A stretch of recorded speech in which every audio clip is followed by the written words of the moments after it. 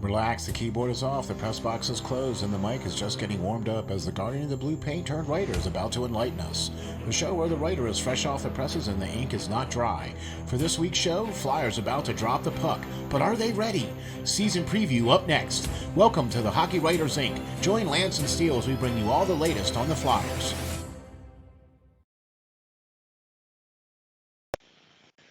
Hi guys, welcome back to another edition of the Hockey Writers Inc. As always, I'm your host, Lance Green. And I'm your co-host, SteelFlyers.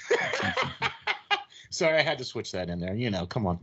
That's for our favorite listener there, you know, who always calls us the Batman and Robin of podcasts. So I just had to sneak that in there. But I'm SteelFlyers, your co-host. Thank you very much for joining us on this episode. Oh, come on. That was a little bit fun, right? Yeah, he cracks himself up. That's for sure. Well, you know, I'm the only one, so hey. All right. But we got a lot of serious stuff to talk about here, and that is the Philadelphia Flyers. And Flyers are about to drop the puck, but are they ready? Season preview up next. All right. That's what we're going to talk about. And we're here with the great writer extraordinaire, Lance Green. And how you doing, man? I'm all right, man. I'm all right. I'm ready to get this show rolling. We're dropping the puck, man, in one more sleep. It's good. I'm ready, man. I'm ready for some regular season hockey. So real quick before we get rolling, you've watched a couple of the games so far, right? I've watched all of them, yeah. All right. I was just, I just have to assume, you know. Right. And so, what do you think of the coverage of TNT and ESPN so far? I think it's going to be great, so that we don't have to watch that horrible Washington broadcasters that did the last game. That was horrible. I'd rather watch it on mute. So. Okay, but what do you think of? I think it'll be good. Yeah. Okay. Larger networks, coming in and with more professional guys. Of course, JJ is one of the best that ever did it. But you get some different teams on TV. You're going to get some more coverage all over the country, and it's just good for the sport. It's good for the sport. Let's grow it. Let's get some new fans in there. As long as they don't take my seat at the game, we'll be good. I'm with you.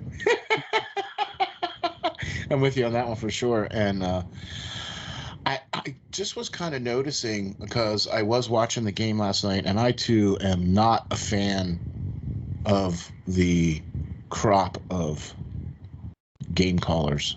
I never really was. I always tend to listen to our friend Off the Wall Hockey. He, to me, I think calls games better. And then, of course, Jim Jackson. I mean, good gravy. That's just the guy right there. I mean, I don't understand why he doesn't get tagged more. I think maybe I feel like he's protected. Like, I feel like Comcast Philly's like, no, you can't have him. I mean, you can't blame him. He's a great telecaster and really brings it to light there. So, you can't really blame them for wanting to keep him and not letting him go. But, he's definitely one of the best around, besides some of the bigger guys that, just retired last season. He's got awards on his shelf for a reason. So, I mean, for sure. And I'm enjoying the great fresh air. So if you hear a little bit of the wind rustling in the background, or an occasional tractor goes by, I'm sorry. But yeah, it feels really great. It's like 70 degrees, and so yeah. Do you need me to turn it off? No, I think you're good. All right. Okay. I just want to make sure we're all good here. So I don't look, there's a lot of stuff going on with the Flyers, and you posted two great articles this past week in regards to a lot of what we're going to talk about here in the show. And the first article that you posted was a couple of days ago, and that was the Flyers. Excuse me. I'm sorry. Talking the fans, the fans finding the fans Flyers finding that, backup goaltender situation still to be a bit unnerving. Yeah, and going into this season, my top storyline is goaltenders. Okay, and look, you just can't not put your thumb and magnifying glass on that, because that is the key. Carter Hart, Martin Jones, and exactly with what you brought up in your article, Martin Jones. I mean, we don't really have a lot of information on him as far as playing for Philadelphia. He's played for San Jose, but you point out a lot of very interesting things here in your article about Martin Jones. Yeah, throughout the preseason, we got to remember it is preseason. A lot of the earlier games, I'll even go as far as, taking them out of the picture, considering that he was playing with a lot of guys that, were Phantoms or even off of the Phantoms roster now, early on. But as far as that last preseason game, he was with predominantly the crop of the Flyers that is going to be in front of him all season long. And, it drew a lot of question marks. I saw a lot of bad tendencies. I mean, I play still. I played all my life goaltender, and I coach goaltending as well now to a lot of youth around the area. And a lot of his just basic mechanics were concerning. Obviously, when you're coming to a new team, you got to feel out your defense. You got to talk while on the ice. You really got to feel out what you expect from each other. And as far as that, the only guy he really knows on that defense is Justin Braun, who he played with for some years in San Jose. But be that as it may, that will come. But we're talking about the basic mechanics here. And, Chuck Fletcher brought him in, and instead of a lot of guys that were really out there with far more superior, resumes, We talked about that too already. We talked about that, before, and touched on and questioned about that. But, we're kind of stuck with this guy right now. And for this year, at least. Yeah, for this year, I think it was good that they only signed him to 1 year. We got a couple, 3 or 4 different goaltenders within the system. The best, I think, isn't even signed yet. He's still playing in the KHL, but we talked about that before as well. But as far as Martin Jones goes, his just basic mechanics weren't there. He didn't look ready to start the season. And a lot of that was what the Sharks media and press were talking about before he got balled out by them, questioning his, mechanics and will to want to be out on the ice and giving it his all, night in and night out. It wasn't the same where it was when he was taking the Sharks to the Stanley Cup Finals. Now, obviously, a team's not going to win every single year, but a guy playing as much as he did, 60-some games every single season for the Sharks, you're going to expect that guy to be able to do something. And, throughout the Caps game, just going through and looking through different goals and stuff and seeing what might have happened, I saw a lot of juicy rebounds he was giving up. He wasn't eating what we call it the rebounds in that shot and catching it in his chest or covering the puck up and securing it when it comes into him, out along the ice. When he was going across trying to make net to net or side of the net to the other side of the net transitions while on the ice, he was sliding well past the opposition with the puck and thus being way out of the way. Yeah. and it was kind of concerning as being, these are basic functions that should be nailed down by now, but through training camp and stuff like that, and concerning lackluster efforts, to maintain basic positioning. And it was really concerning on some of the goals. And I don't know. I don't know, guys. I really saw a lot that I didn't like on numerous goals in that game as well. One of them that was disallowed, when he went down to the butterfly, he went down early in my mind. And when he went down, his glove hands looked like they were, glued down to his sides. They weren't up. They weren't up. They weren't. He didn't have his glove. He didn't even have his glove turned around on the one Tom Wilson scored on. He had it resting on his pads, like I see a lot of pee-wee hockey players doing in the middle of a game. You know what I mean? When a shot's coming, it's not up. It's not facing out. It's resting on the top of his pads, and that's just lazy goaltending, and something that somebody that's getting paid multi-million-dollar contract shouldn't be doing in the NHL. So it is concerning. It is still preseason.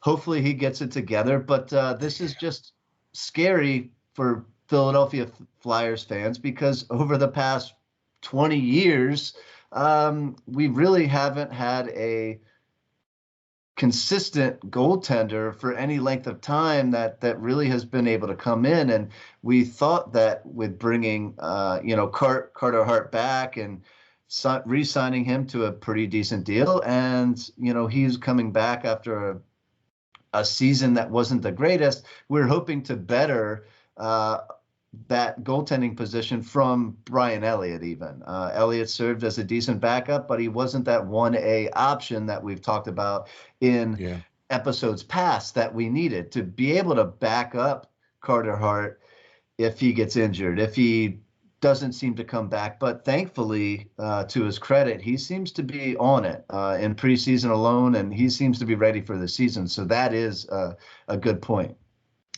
I'm glad you said that, because in your article that you do mention about falling into those lazy tactics, and this is what I'm kind of confused about. Okay, because he was supposed to be coming back to a goalie coach that was somebody that he had in the past, and somebody that was supposed to inspire him, or that was the whole reason why he was brought in, because he had been with this coach in the past. And well, so why is your arms glued down to the side? Why doesn't it appear like you're ready to go? I mean, there's numerous points that you make in your article about the question marks going into this season with this second goalie.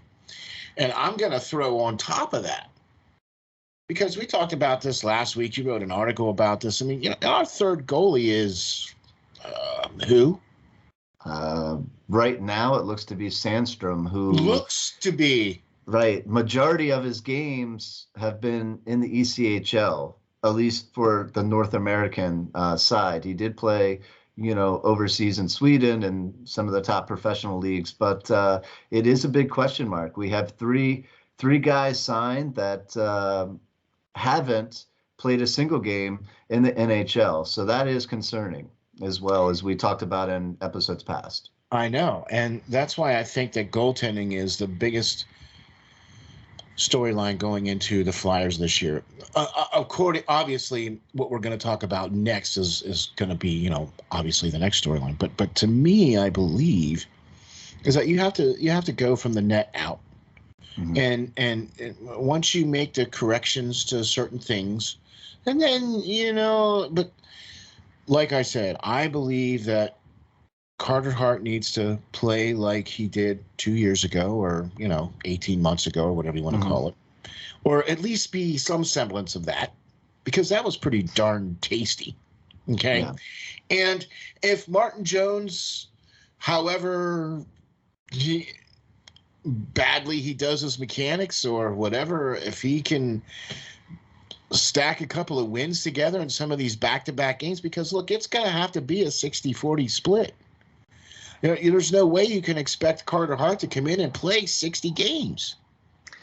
Well, he needs to. Carter Hart really needs to. It's not the way of the NHL. There's very few goaltenders that still do that with the type of schedule and traveling that they have. But if he's been paid, he wasn't paid as astronomical as some around the league because of his season he had last year.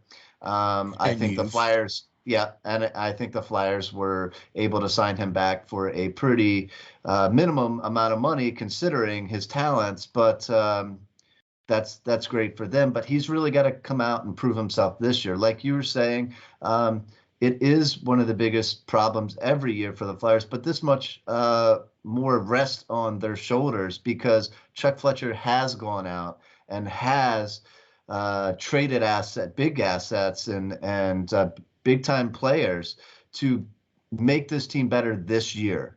It's not a thing that's going to take over the next couple of years. This team is drastically better from the one that was last season. And, when you're going out and spending first-round picks for players, you're wanting to win now. And, I think that they're putting all their eggs into Carter Hart's basket here, and he really needs to, step up that much more like he did in the playoffs 2 seasons ago, and really take the reins and go with it.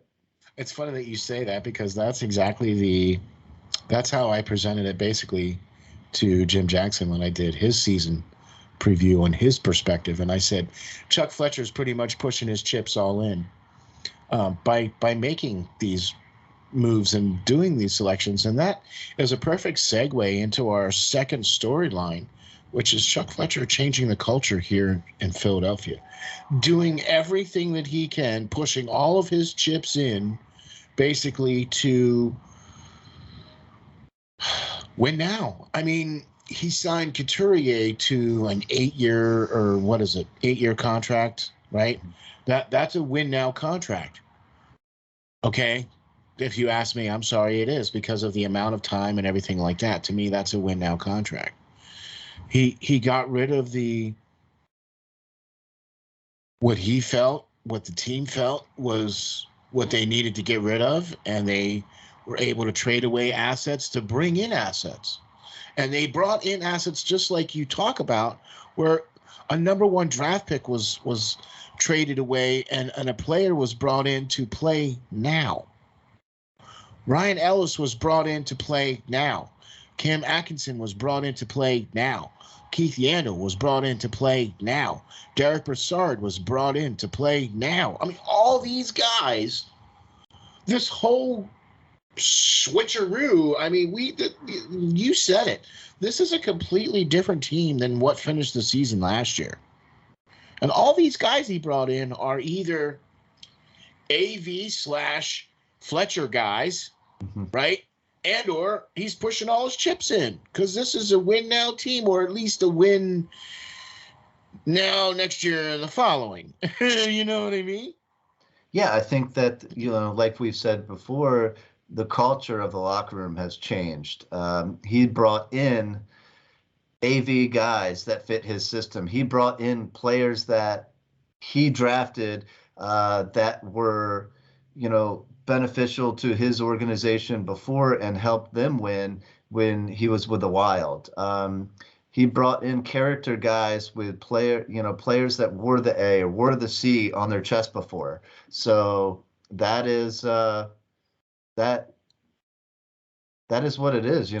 These guys are winners, and they're proven to do so. Throughout their time. They're great players that fill certain needs that the team needed, and I think he's filled out this roster rather well. I agree because of the other article that you wrote, okay, that was just posted the other day, and this is exactly why I feel that a lot of these players were brought in was because of the Flyers' lack in confidence in Morgan Frost. And you wrote an article the other day that says, when should the Flyers be worried about Morgan Frost? And he was sent down to the AHL, okay, and he's been playing well. I mean, which is what we hoped for, right? Right. But explain to me in this article what you mean by worried about Morgan Frost, and how you think it coincides with the fact that the likes of other players were brought in. Right.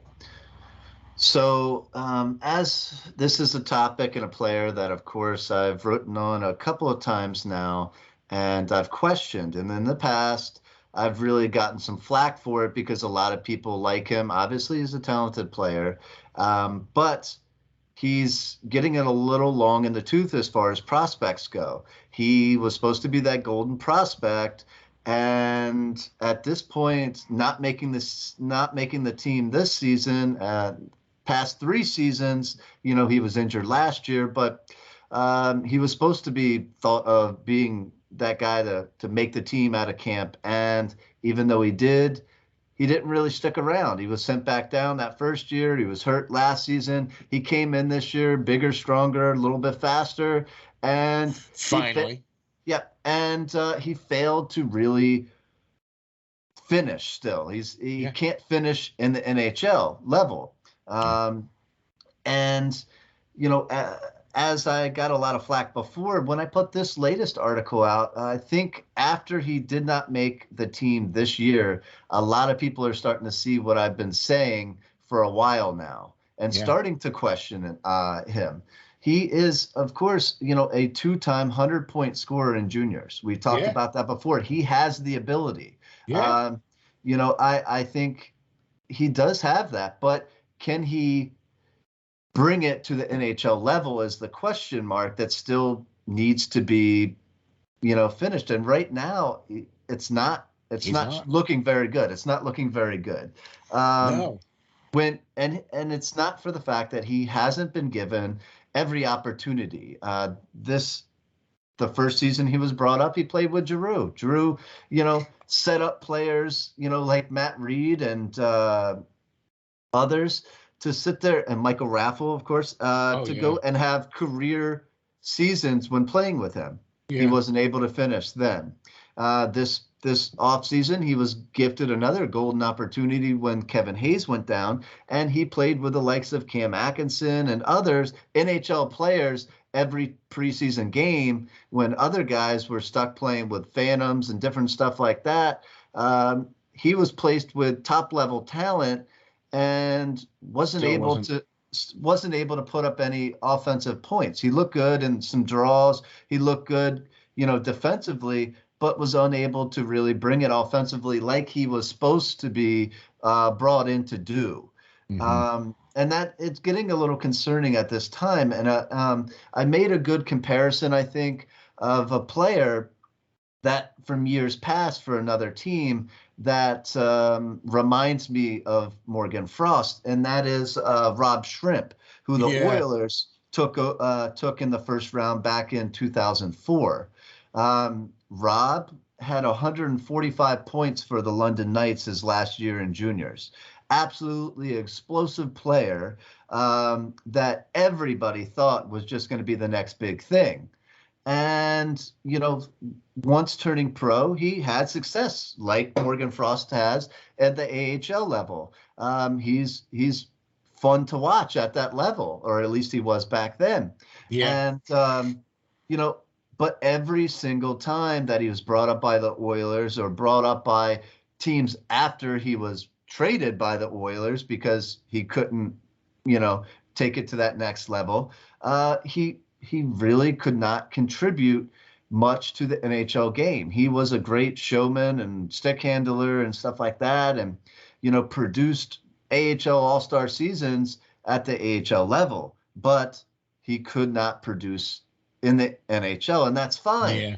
There's great players that make careers and make a great living, better than you or I even, playing in the AHL. Oh, yeah. But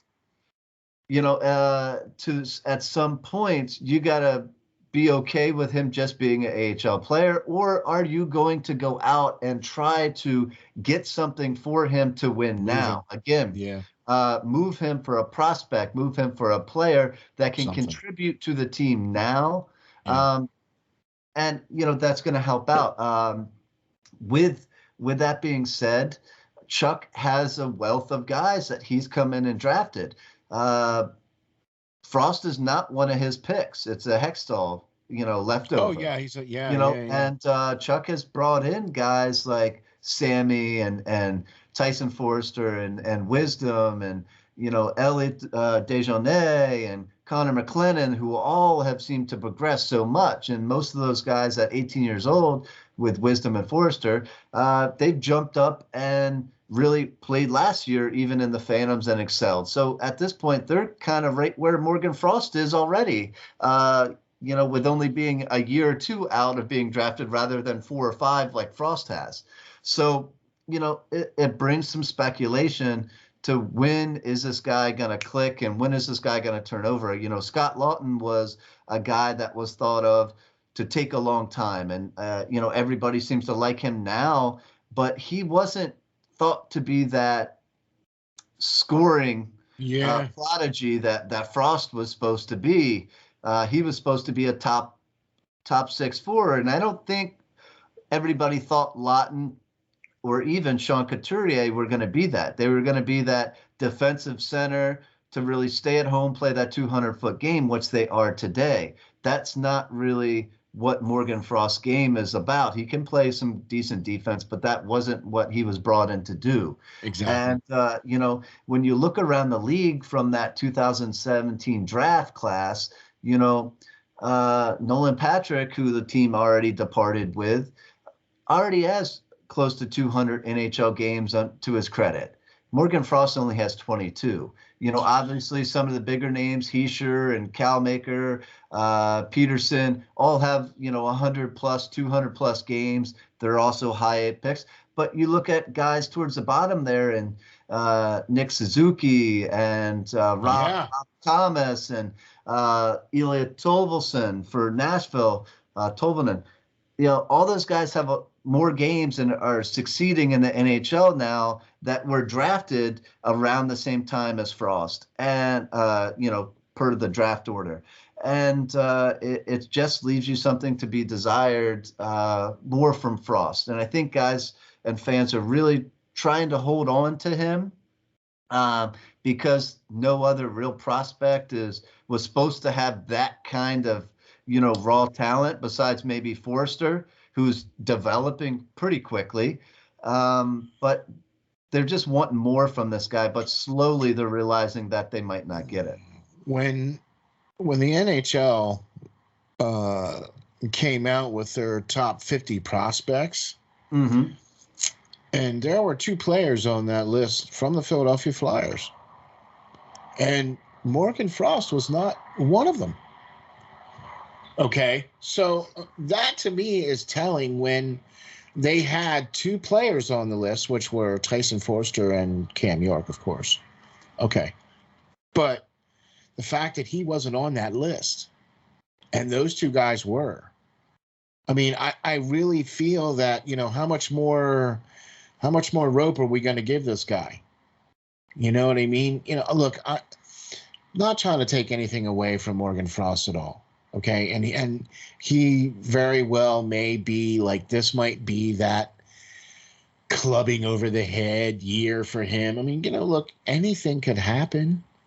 Maybe now that he put on that weight, maybe he tries to, fine tune things a little bit more, and maybe he does what Scott Lawton did when he was sent down. Scott Lawton took that as an opportunity to learn and progress and make his game better. And that's exactly what he did.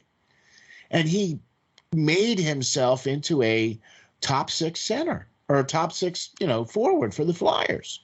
So can Morgan Frost do that? That's going to be the question. Does he have the drive? Does he have the want to? Can he? Will he? That's going to be the question. Because if he does, we've all seen the potential of this young player.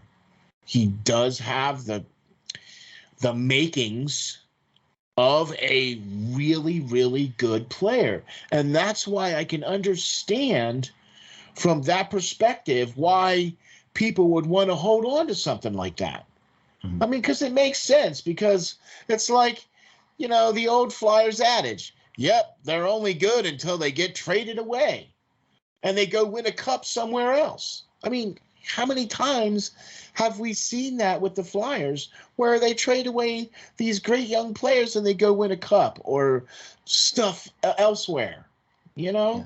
I think I'm that's tired why of seeing that happen. Yeah, I think that's why people are a little hesitant and don't really want to see a trade happen. Exactly. But at some point, I mean, that happens to every team. We're just biased because the Oh, yeah. Flyers, and we see Oh, it, we're but that homers. happens to, yeah, we're homers, and we think that happens only to us, but it doesn't. It happens to Well, a lot of it teams. happens to every team. Prospects don't fit into every system and all that good stuff. So, All you have to do you is know, look at Florida. All you right. have to do is look at their long list of prospects that they have, that they just have sitting there. I mean, it's like, what are you guys doing? Yeah. You know what I mean? So, Yeah. So it is what it is. I think Frost could be an NHL player now, but not for a team like the Flyers. And that's why I kind of posted a couple of trade scenarios as well.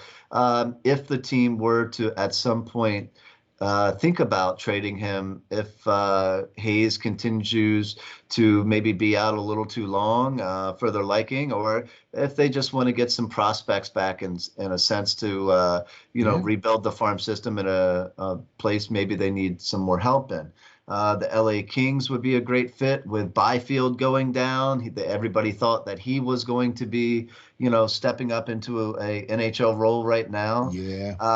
And I threw out a couple names as far as that goes. Right. And also, the Sabres as well. I think with Eichel being hurt, they're going to need some offense, and they traded away another great player to Florida this past offseason, and from the forward groups. And I think that he could play in a lesser team like that and really get into the NHL. Whether he would take off and thrive in it is something that you're going to have to risk if you are the Flyers. But like I said, with Chuck giving away first round picks, he really has gone back to that old Ed Snyder way of hockey, and really wanting to show that this team is competitive and wants to win now.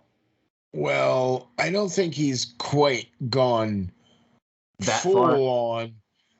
Let's not go there yet. Okay. No, I don't think he's trading away everything for 35-year-old players, like we did in the past. And I think the team has learned from that. So, because it he's is what it definitely is. not doing that.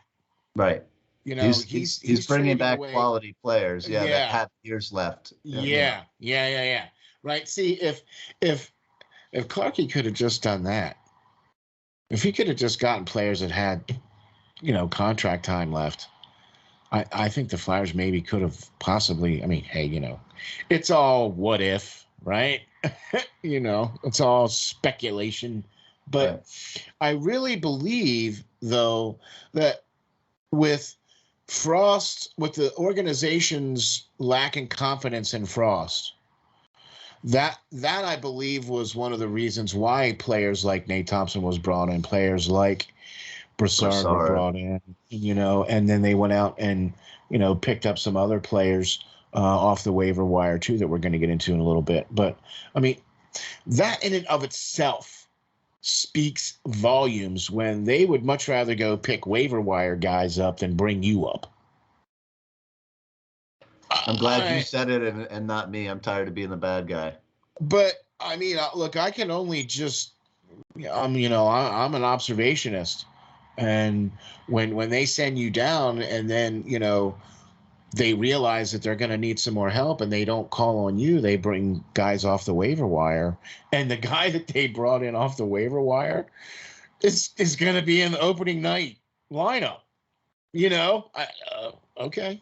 That to me right there speaks. I didn't say anything. The Flyers did. Right? You're right. I said nothing. You said nothing. The Flyers did. Right? They said everything by sending him down and then by picking these other guys up.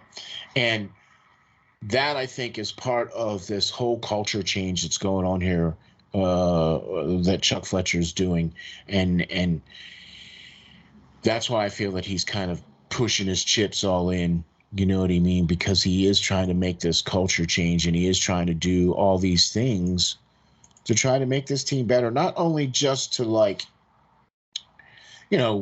win tomorrow night, opening night, but to continue to win, to continue to build off of, to continue to. He's drafted some really good players the last 2 years, in my opinion, to build this core group of players to where I think this team has the potential to not just win this year, but progressively down the road. You know what I mean? I mean, that's what I think. At least that's what I think he's trying to do. I mean, yeah, he's trying to win now because, let's be honest, his job might be on the line if they don't put stuff together this year. Yeah. I think he asked for the leash to be taken off of him and be able to bring in some real guys. So I can't be mad at him with the moves he made. He picked up some great players. Yeah.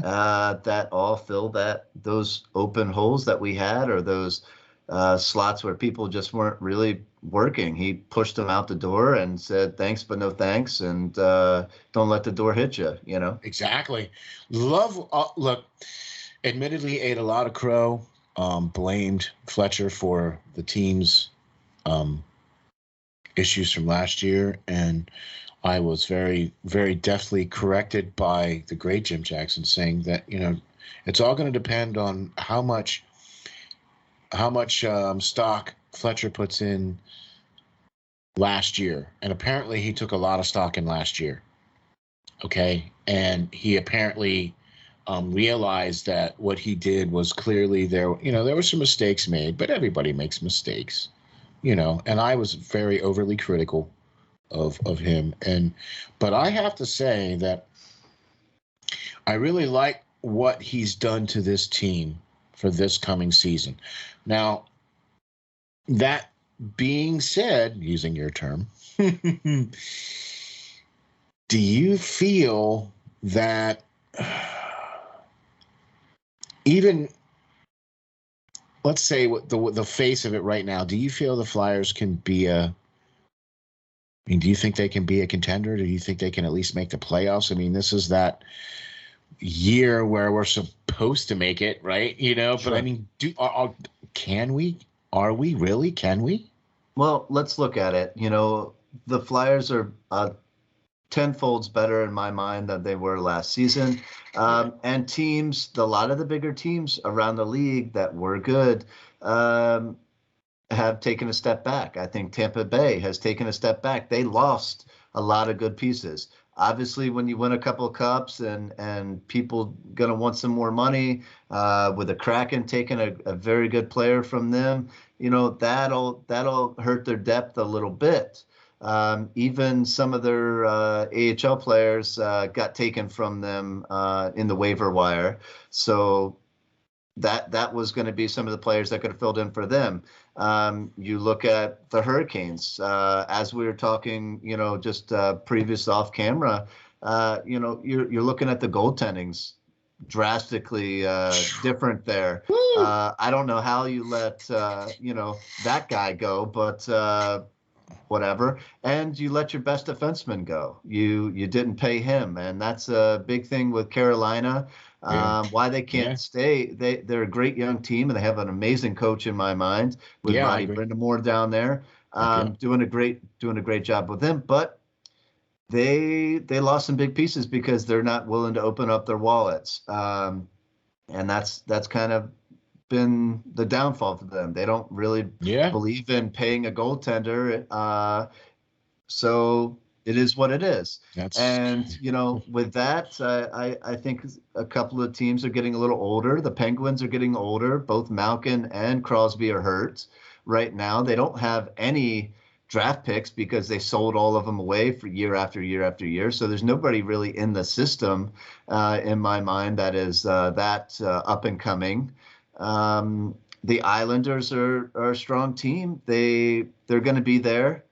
The Devils got slightly better, but I think we got significantly better. So I think they'll be there. The Metro Division took some big hits, but I think there's some definitely rivalries there, and I think New York maybe takes a step up as well. They got some young talent, so Rangers. Hopefully, yep, the Rangers. So we'll see, but I think that we won't be battling for no 7th or 8th seed. I think we'll be maybe 3rd, 4th, 5th, depending if we can stay healthy. And I really want to see Kevin Hayes come back and be Kevin Hayes. He played a lot of last season injured.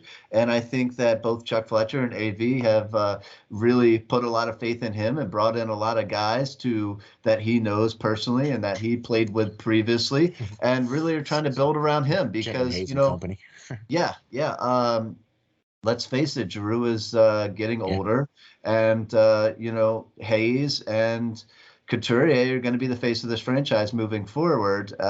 So it looks. So let's build around those guys, and I think that's what they're doing. And, exactly. And then use Giroux and slot him in as where you need him, and you know what I mean, and go from there. One of the last things that I want to cover for this. We talked about your 2 great articles that you post out on FlyersNittyGritty.com. So really appreciate all the support we get from them and him posting the stuff on his site. So really appreciate that. But the last thing I want to talk about is that there have been some injuries here to the Flyers coming out of camp and out of preseason. And some players were claimed off the waiver wire. Okay. Mm-hmm. And one of the biggest injuries, obviously, is the one you touched on earlier, is Kevin Hayes. Now, from what I understand, he's skating now. He's skating by himself. Right. But this, and I want to touch on this, and this is another thing that I think is another issue here with the Flyers, because there's another couple of players that are also injured that I want to touch on real quick. The injury to Kevin Hayes, I think, is going to be a little bit more of an issue than people are going to realize. And the reason why I say that is because of my concern is this. This is the second time he's had this core muscle injury to the same side. It's the same incision. It's the same fix. So if they fixed it once, and it happened again, and he had to get another surgery to get it fixed, I don't really want to rush him back. Yeah. I mean, you know what I'm saying? Like, this is the second time now. I would much rather him go the full 8 weeks or whatever the top end is instead of the short end.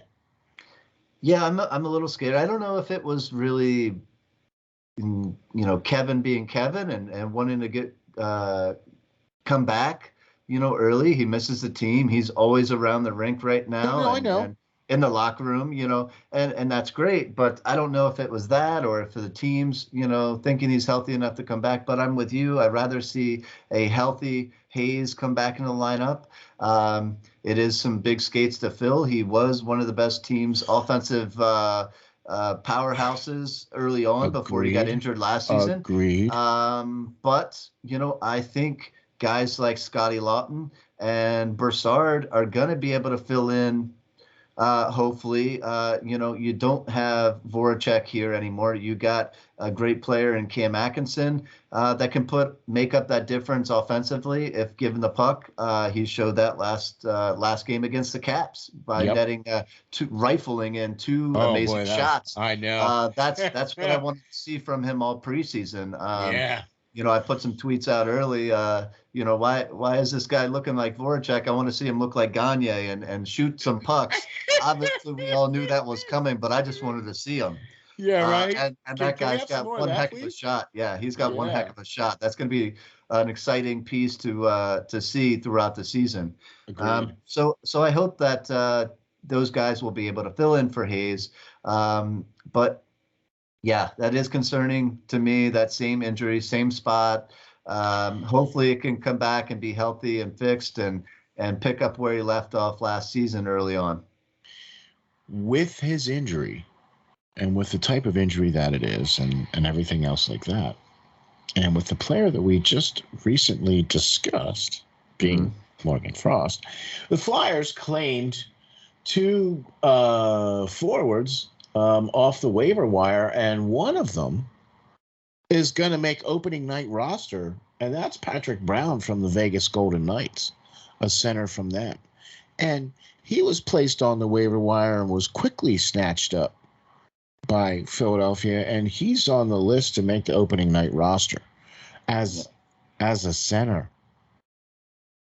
Right? Yeah, it's again a guy that is linked to Kevin Hayes. They both played in Boston College together, and Patrick was the captain of that team.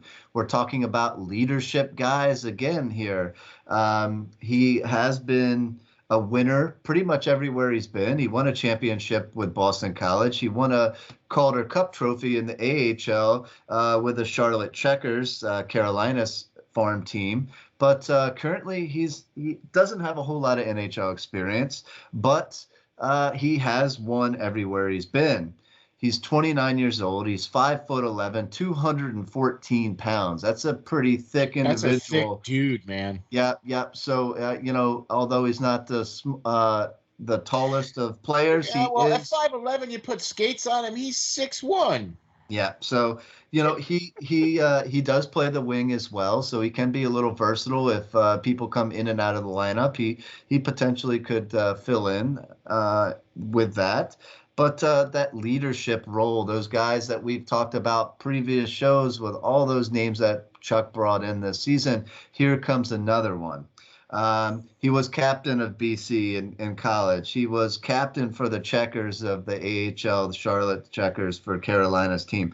He was assistant captain and the captain for Vegas's AHL teams when they had Chicago, and now with the team out in Vegas is forget what they're called as well, the Silver Knights, I believe. But he was the captain of that team. And last season in the AHL, he finally produced some pretty impressive numbers, although it wasn't a whole lot of games.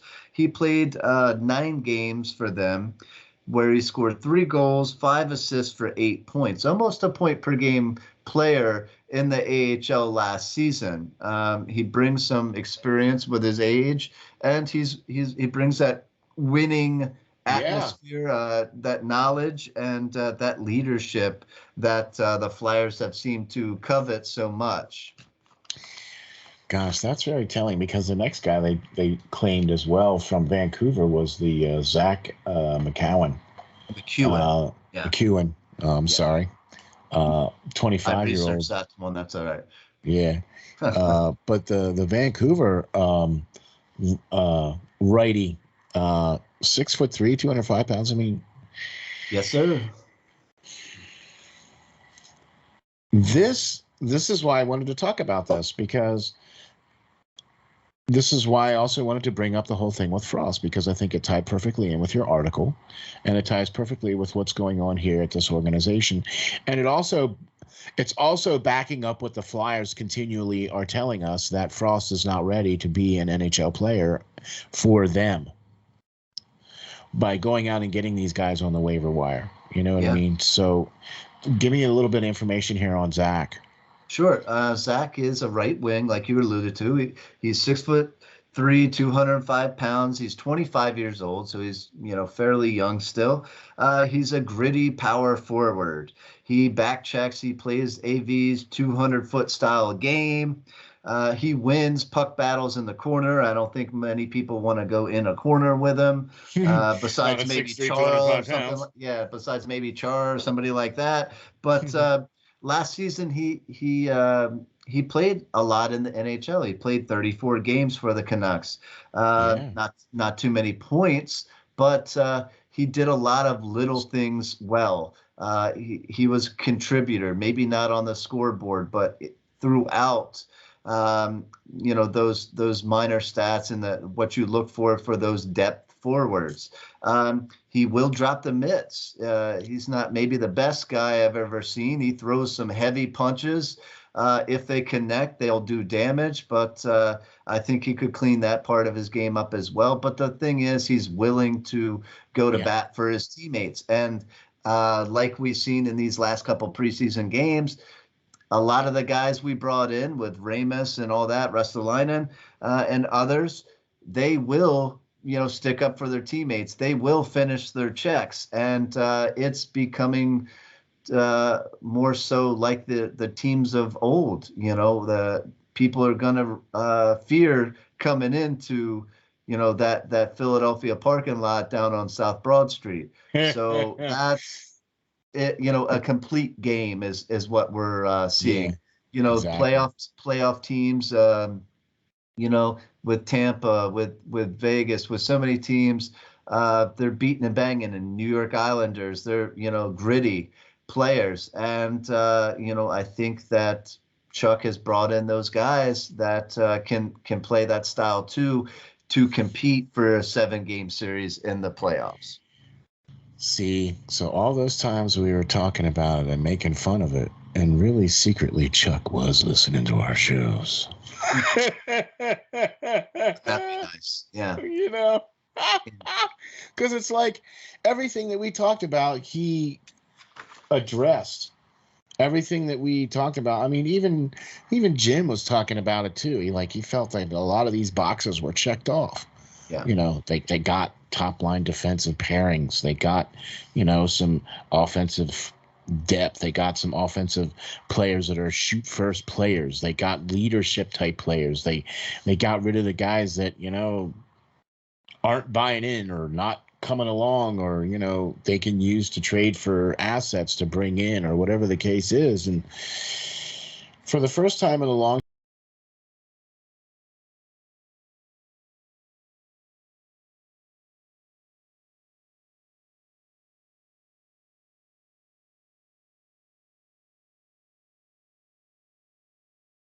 time, I'm excited about this opening season. I'm a little bit worried about some of the injuries that have stacked up, especially with Wade Allison. We were really looking forward to him coming in and playing a much larger role this year with the Flyers, and unfortunately that's not going to happen.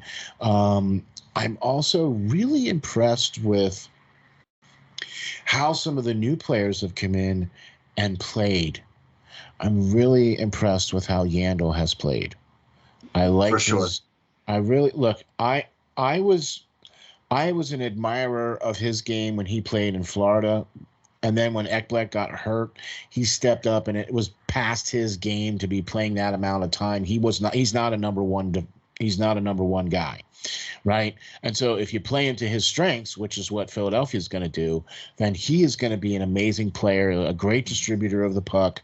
I mean, just watching him play in Florida, where he was able to make some plays to Huberdeau and some of those other. I mean, my goodness gracious, I'm excited about that. Can you tell? Yeah, I think they were just bought into him for a big contract, and they had a lot of young guys down there that they had to pay. And they needed to get rid of him. I think they will be hurting for on the power play especially, and others, because he is that great of a player, and we got him for a song, and really great signing. And I think he really came back to play with Hayes and to play under AV's system like he did it back in New York, and where he had so much success. Anyway, he's made his money in the NHL. He wants to win a cup, and I'm glad he thought Philadelphia was the place that he could do it. I really like his game for sure. So, and I'm really liking what Brassard is bringing. I'm liking the. I'm trying to think of what Jim called it, sandpaper. That's a good term. That's a good term. Bringing sandpaper to the team that was clearly lacking, and you touched on it as well too, where you could clearly tell in the last couple of years that Philadelphia was not that team that you came in and you were afraid to come in and play Philadelphia, because You just weren't. There wasn't anybody on the team that you were really afraid of. There wasn't anybody you had to worry about that was going to kind of be really big and bruising or anything like that. I mean, there was never really anybody on the team in the last couple of years where when you stepped out onto the ice, you had to have your head on a swivel because somebody was coming to take it off, right?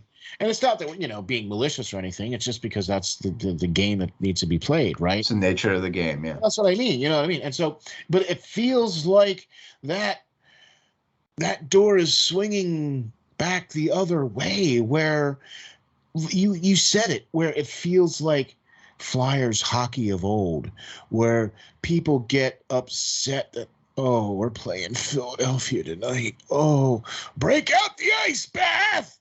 Break out I'm going to date myself. Break out the Ben Gay or whatever you have to use to, feel better, the Tiger Balm or whatever, But, and, I'm looking forward to the sign guy holding up the sign that says, start the bus.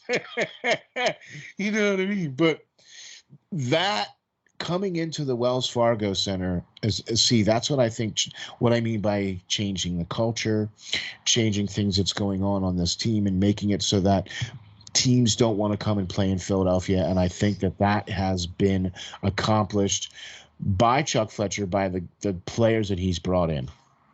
Yeah, it was kind of just concerning, I guess, that a guy like Ron Hextall, who played the way he played the game, who I modeled my temperament and how I played the game as well, after brought in so many non-physical,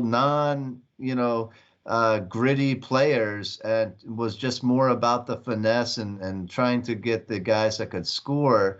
I don't know, but Chuck Fletcher has really turned that around. But I guess in closing, it's just refreshing, like you said, for sure. And with that, with these waiver wire pickups, I really like, what McEwen can really bring to the game. But one player that I really would have liked the team to sign, of course, there was a lot or pick up off the waiver wire that I think talking to as far as the goaltending, I really would have liked to seen them snatch up Washington's Zac Facali.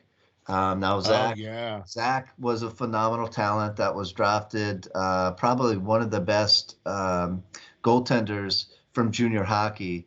Way back in 2013, he was selected by the Montreal Canadiens in the second round, but with that great goaltender they got up in Montreal, he sat behind him and sat behind him and sat behind him and really didn't get that chance to make his way up through the system, and has really had a tough path through the juniors and the junior ranks in the AHL and the ECHL, but last season he really turned it on for the Hershey Bears, playing in 11 games. He had a 1.80 GAA with a .932 save percentage, winning 9 games out of that bunch.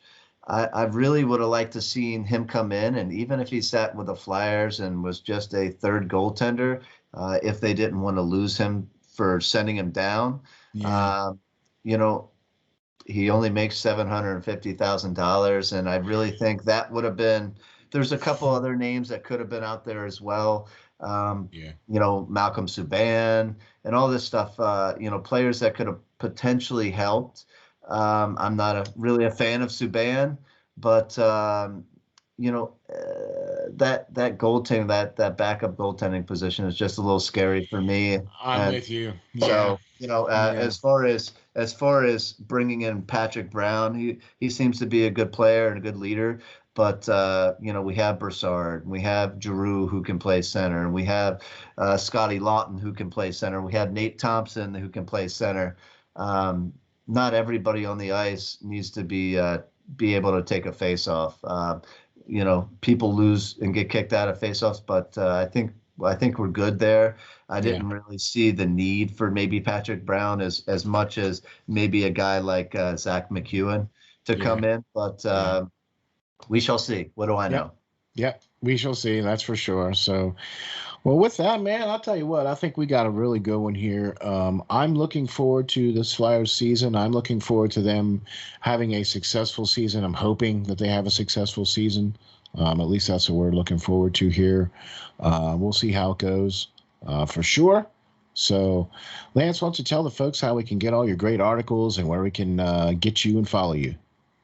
Sure. As always, you can follow